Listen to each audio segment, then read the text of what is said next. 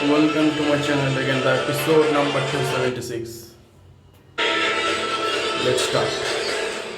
वो बस वैसा ही बैठा था कि तभी उसे ऐसा लगा कि कोई उसकी तरफ बढ़कर आ रहा है, और उसकी हिम्मत नहीं हुई कि वो अपनी आंख उठाकर उस तरफ देख सके, और बस उसे पैरों की आवाज सुनाई दे रही थी।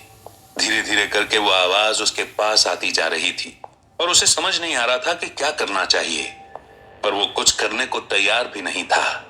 थोड़ी देर बाद वो फुटस्टेप्स जस्ट उसके सामने रुक गए। तब उसे सफेद रंग के कपड़े दिखाई दिए और उसे समझ में आ गया कि वो कौन है। वो कोई और नहीं बल्कि वही साधु महाराज थे। आदित्य बस सामने दीवार की तरफ ही देख रहा था। उसकी इच्छा नहीं थी कि वो साधु महाराज से बात करे या फिर वो उनसे कुछ भी कहे। वो बस चाहता था कि वो यहाँ से जल्द चला जाए। आदित्य ने तय किया कि वो अब चुप रहेगा, ताकि उन्हें यही लगे कि आदित्य उनसे बात नहीं करना चाहता और वो अब यहाँ से चले जाएं। लेकिन आदित्य को यह भी बहुत अच्छे से पता था कि साधु महाराज उसके मन की बात पढ़ सकते हैं, और अगले ही पल साधु महाराज आदित्य के सामने न खड़े रहते हुए उसके साइड में लगी चेयर पर बैठ गए, जहां पर थोड़ी देर पहले मृणाली बैठी हुई थी। आदित्य अब भी उनकी तरफ मुड़कर नहीं देखना चाहता था। वो नहीं चाहता था कि वो उन्हें अपना दुख बताए या फिर किसी भी तरह से उन्हें यह बताए कि वो क्या सोच रहा है। तब साधु महाराज ने उसकी बात को समझ लिया और वो भी बस चुप बैठे रहे। थोड़ी देर दोनों के बीच में यही साइलेंस रहा, जहां पर कोई भी आवाज नहीं थी। न तो वो दोनों कुछ कह रहे थे और न ही अस्पताल में किसी की भी आवाज आ रही थी। आदित्य को ऐसी फीलिंग आने लगी जैसे थोड़ी देर यहाँ पर बैठने के बाद ही साधु महाराज यहाँ से चले जाएंगे।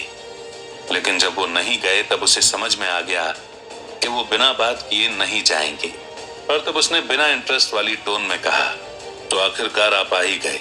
जब साधु महाराज ने आदित्य की इस बात को सुना तो उनके चेहरे पर हल्की हंसी आ गई, पर फिर भी वो आदित्य को न देखते हुए बस सामने उस दीवार पर देखने लगे जहां आदित्य देख रहा था। फिर उन्होंने अपनी हमेशा वाली टोन में थोड़ा सा मुस्कुराते हुए कहा, मुझे तो आना ही था आदित्य, तुम मनाली जाओ और उसके बाद मैं तुमसे ना मिलूं, ये शायद तुम्हारी किस्मत में नहीं लिखा था। पहले भी हम मिले थे और अभी भी हमें मिलना ही था। ये सब तो विधि का विधान है, और मैं भी कठपुतली हूँ जिसे इस विधान के अनुसार ही चलना है, और इसीलिए मैं यहाँ पर आकर बैठा हुआ हूँ। इस पर आदित्य ने कहा, लेकिन इस बार मैंने सब कुछ बदल दिया महाराज जी। शायद मैं जितनी कोशिश कर सकता था उतनी मैंने की। एक पल के लिए भी खुद को कम नहीं समझा और जहां जहां जरूरत थी वहां पर अपनी पूरी ताकत लगा दी। हाँ, मैं मानता हूं कि पापा और दादाजी को नहीं बचा पाया, पर अभी भी मृणाली और मेरी मां जिंदा हैं, तो मेरे लिए ये जीत है। लेकिन इस हार और जीत से अलग कुछ बात मुझे डिस्टर्ब कर रही है। मुझे ऐसा लगता है कि मैंने एक बदले के चक्कर में अब कई सारे दुश्मन बना लिए हैं जिन्हें अब मुझसे बदला लेना है। बदले का कर्म चक्र रुकता ही नहीं है। ये वो चक्र है जिसे हम घुमाते नहीं थकते। जो हारता है वो इसे फिर घुमाता है, और जो जीतता है उसे भी घुमाना ही पड़ता है। इतना कहकर आदित्य चुप हो गया और वो बस उसी तरह बैठा रहा। साधु महाराज को समझ आ रहा था कि वो उनसे बात करने में इंटरेस्टेड नहीं है और अभी दुख में है, इसीलिए वो ऐसी बातें बोल रहा है। और तब उन्होंने उससे कहा, ये तो बहुत अच्छी बात है आदित्य कि तुमने अपनी जिंदगी का एकमात्र लक्ष्य पूरा कर लिया, लेकिन क्या तुम्हें नहीं लगता कि अब तुम्हारी ऐसी जिंदगी का कोई अर्थ नहीं है? जब साधु महाराज ने सवाल पूछा तब आदित्य को जैसे गुस्सा आने लगा। वो अभी ये बातें नहीं करना चाहता था। वो अभी बस अपने दुख को अंदर दबाकर बैठे रहना चाहता था और ना ही उसे बाहर निकलने देना चाहता था। ये बात उसने बहुत पहले ही सोच ली थी कि उसकी जिंदगी का अब कोई मतलब नहीं है, लेकिन वो अब इसके बारे में नहीं सोचना चाहता था। अगर वो अपनी जिंदगी को अब एक्सेप्ट करना चाहता है तो उसे अब सारी चीजों को ढंग से हैंडल करना होगा, और वो बस साधु महाराज से इस बारे में कोई बात नहीं करना चाहता था, क्योंकि उसे पता नहीं था कि वो अभी क्या करने वाला है। और यही बात सोचकर उसने उनसे कहा, नहीं साधु महाराज, मुझे तो लगता है कि मेरी जिंदगी का अर्थ कभी था ही नहीं, लेकिन अब मुझे और भी ऐसा लग रहा है कि मैं फिलहाल बदले के चक्र का जीतने वाला हिस्सा हूं। हारने वाले फिर आएंगे और ये चक्र फिर घूमेगा। फिर भी मैं शायद इतनी आसानी से मर नहीं पाऊंगा, क्योंकि अगर आप कह रहे हैं कि मनाली के बाद आपको मेरी जिंदगी में आना ही था, तो शायद मैं अगर मर भी जाता तो आप मुझे मिल ही जाते। फिर शायद मुझे आप वापस से जिंदा कर देते और एक बार फिर मैं अपने परिवार के दुख में जीता रहता। इस बार आप मुझे 10,000 साल की कोई अपॉर्चुनिटी देते या नहीं ये तो मुझे नहीं पता, लेकिन अगर मैं जिंदा नहीं होना चाहता तो आप क्या करते? पिछली जिंदगी में भी शायद मैंने आपसे पूछा था, पर कहा नहीं था कि आप मुझे जिंदा रखें या फिर उस खाई में से बचाएं। पर फिर भी आपने जो किया मैं उसके लिए आपका आभारी हूं, लेकिन शायद मैं इन सारी चीजों के साथ नहीं जी सकता। मुझे अपनी जिंदगी को जितना आसान करना है मैं उसे उतना ही आसान करना चाहता हूं, और मैं चाहता हूं कि आप यहां से चले जाएं। मुझे आपसे कोई बात नहीं करनी है। जब साधु महाराज ने आदित्य की इस बात को सुना तो उनके चेहरे की स्माइल गायब हो गई और वो बहुत ही हैरान हो गए। फिर उन्होंने पलटकर आदित्य की तरफ देखा जो अभी भी दीवार की तरफ ही एकटक देख रहा था। उन्हें उसके मन की बात समझ नहीं आ रही थी कि वो क्या सोच रहा है, क्योंकि उसने अपने मन में इतना दुख भर रखा था कि वो जो भी शब्द कह रहा था वो अचानक ही उसके मुंह से बाहर आ रहे थे और वो कुछ भी प्रॉपरली सोच नहीं रहा था। तब साधु महाराज ने उससे पूछा, और तुम ऐसा क्यों चाहते हो आदित्य? क्या तुम मुझे बताना नहीं चाहोगे? साधु महाराज के सवाल को सुनकर आदित्य को थोड़ी हंसी आ गई। उसे समझ आ रहा था कि साधु महाराज को उसके मन की सारी बातें पता हैं, लेकिन वो इस तरीके से एक्टिंग कर रहे हैं जैसे उन्हें कुछ नहीं पता।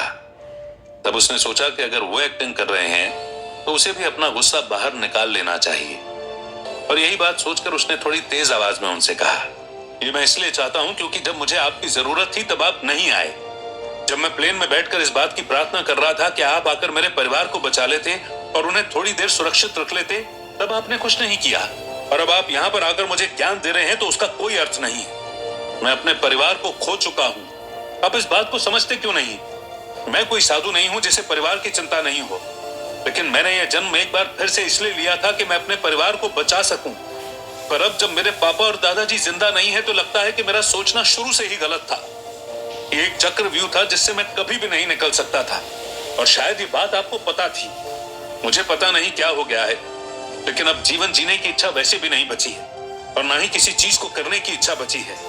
और मुझे आप पर बस इसलिए गुस्सा आता है क्योंकि जब मुझे आपकी जरूरत होती है तब आप नहीं आते, लेकिन अभी आप आए हैं और मुझसे ऐसी बातें कर रहे हैं जैसे आपको मेरी परवाह है।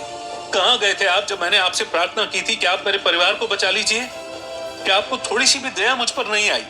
क्या आपने एक बार भी नहीं सोचा कि मेरे ऊपर क्या बीत रही होगी? आदित्य ने जब अपना सवाल पूछा तो उसकी आवाज पूरे कॉरिडोर में गूंज रही थी। वो आवाज अगर किसी ने भी सुनी हो तो उसको यही लगता कि आदित्य चिल्लाते हुए लड़ाई कर रहा है, लेकिन तब साधु महाराज बस वैसे ही बैठे रहे और उन्होंने आदित्य की तरफ वैसे ही देखते हुए आगे कहा, तुम भले ही मुझसे प्रार्थना कर रहे थे आदित्य, लेकिन शायद तुम भूल चुके थे कि तुम्हारे परिवार को बचाना तुम्हारा लक्ष्य था, मेरा नहीं। मैं चाहे कितनी भी कोशिश कर लेता, लेकिन अगर मैं मेरे लक्ष्य से भटक कर कुछ नया काम करता तो जिंदगी का कुछ अर्थ नहीं निकलता।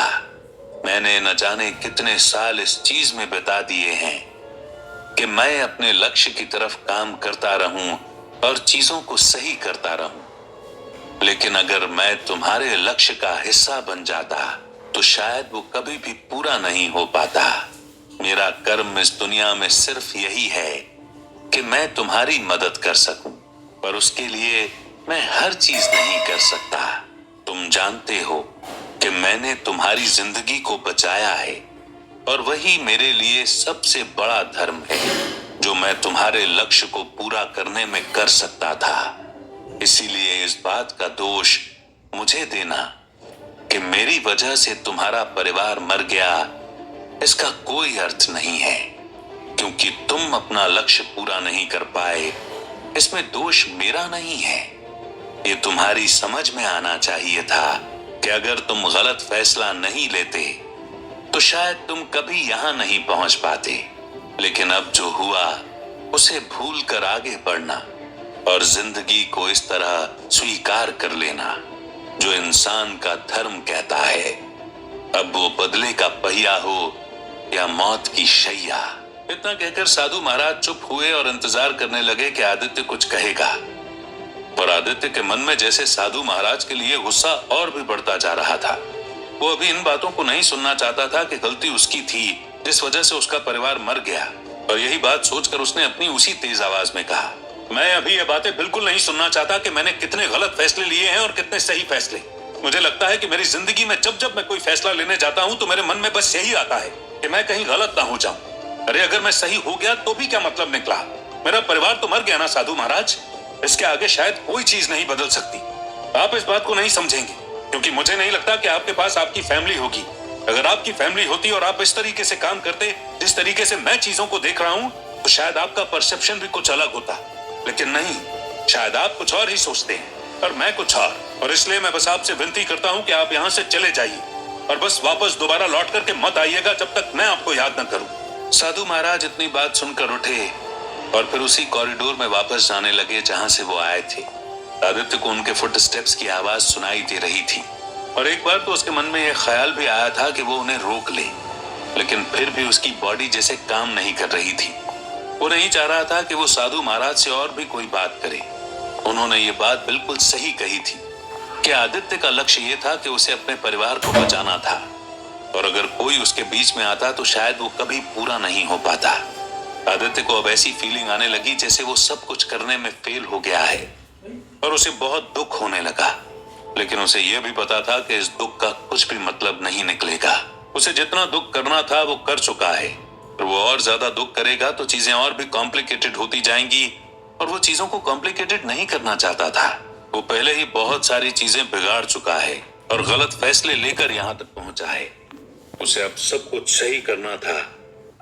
लेकिन थोड़ी देर में एक नर्स कॉरिडोर में चलते हुए उसकी तरफ आने लगी।